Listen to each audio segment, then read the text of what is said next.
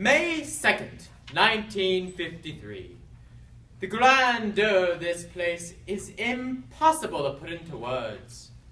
As I gaze out at the impenetrable whiteness of the mountains beyond our day's camp, I reflect upon life's fragility. How easy it is for the candle of our life. No, I just said life. The candle of our being to be snuffed out. These crags are so vast, and the white, ivory.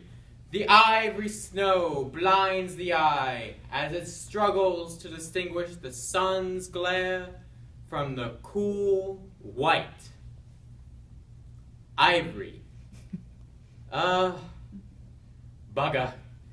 Tenzing! Fetch me my thesaurus, will you?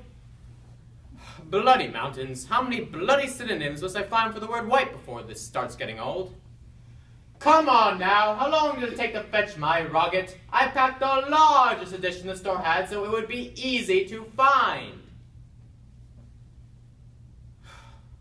Well, I told you not to tether it to the damned yak.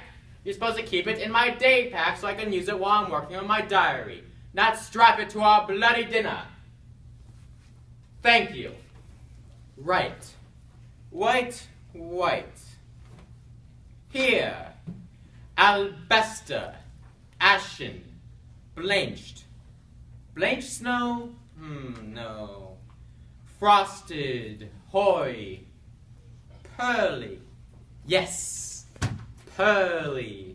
The eye struggled to distinguish the sun's glare from the cool pearly. No, pearly doesn't work without snow. Bugger.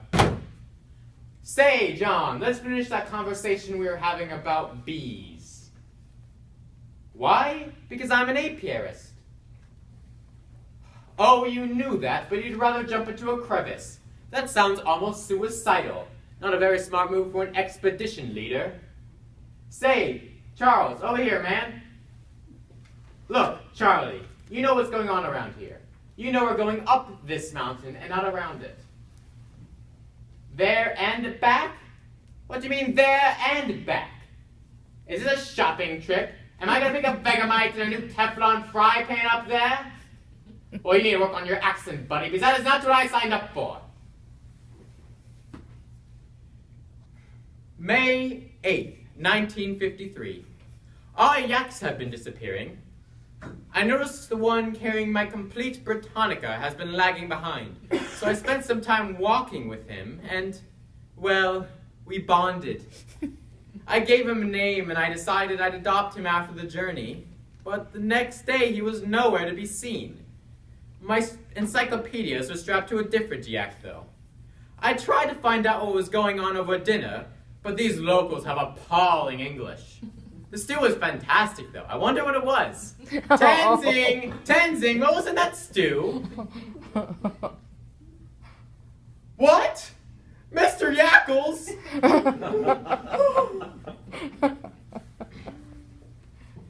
May 12th, 1953.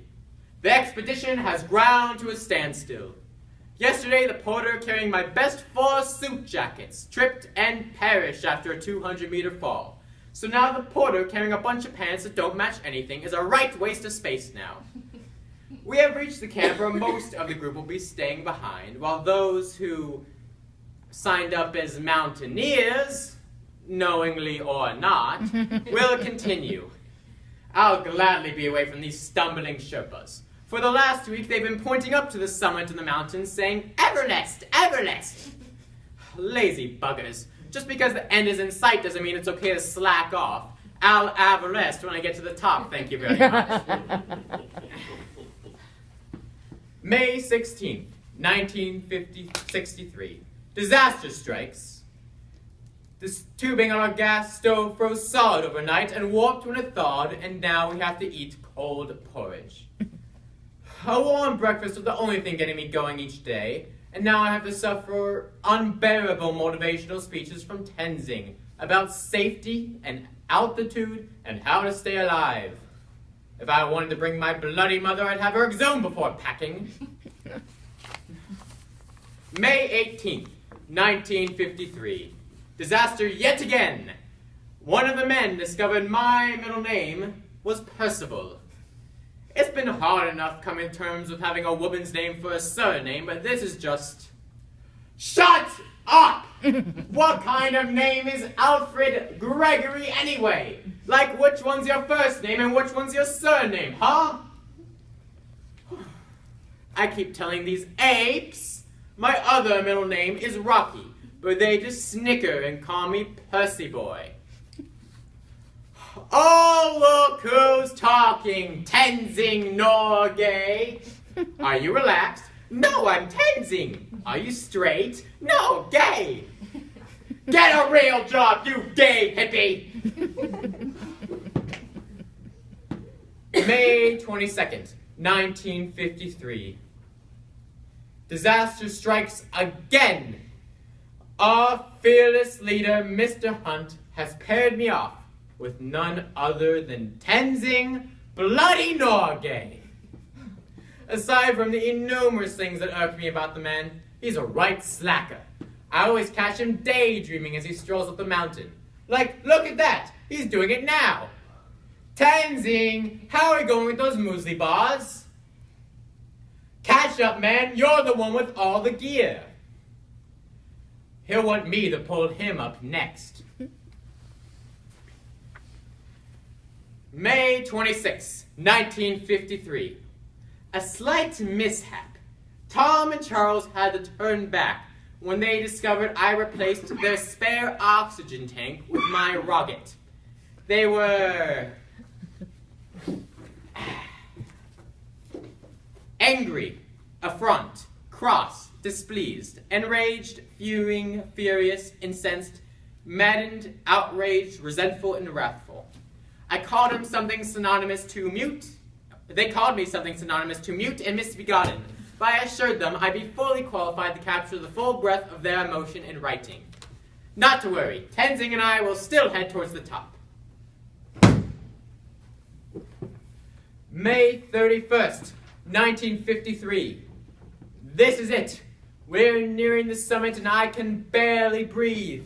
We're scaling a vertical wall of ice. We left most of our gear at the last camp. 1 second. Tenzing! Oxygen! Thank you, Tenzing. While you're there, can you get my pack ready? I need to find the perfect word for the view from the top. Superb. Almost there. May 31st, 11:30 a.m., 1953. This is it. The trip had its ups and downs, but just a dozen more steps through this paper-thin air and I'll be on the top of the world. Just 1 second. Tenzing, wait up! I need air! Ha! I did it! First man to summit Everest! Suck it, Norgay! I mean, suck in that oxygen, buddy. The silver medal's still pretty bloody impressive. I'm sure you'll go down in history. In Nepal.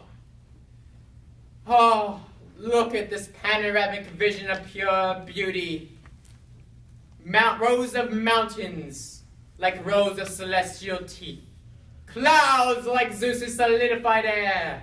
The azure expanse of sky. The valley below is expansive as... No, I just used expansive. As withy... Say, Tenzing, pass me the thesaurus, will you? What do you mean you switched it out for the spare oxygen tank? How am I supposed to come up with the perfect word?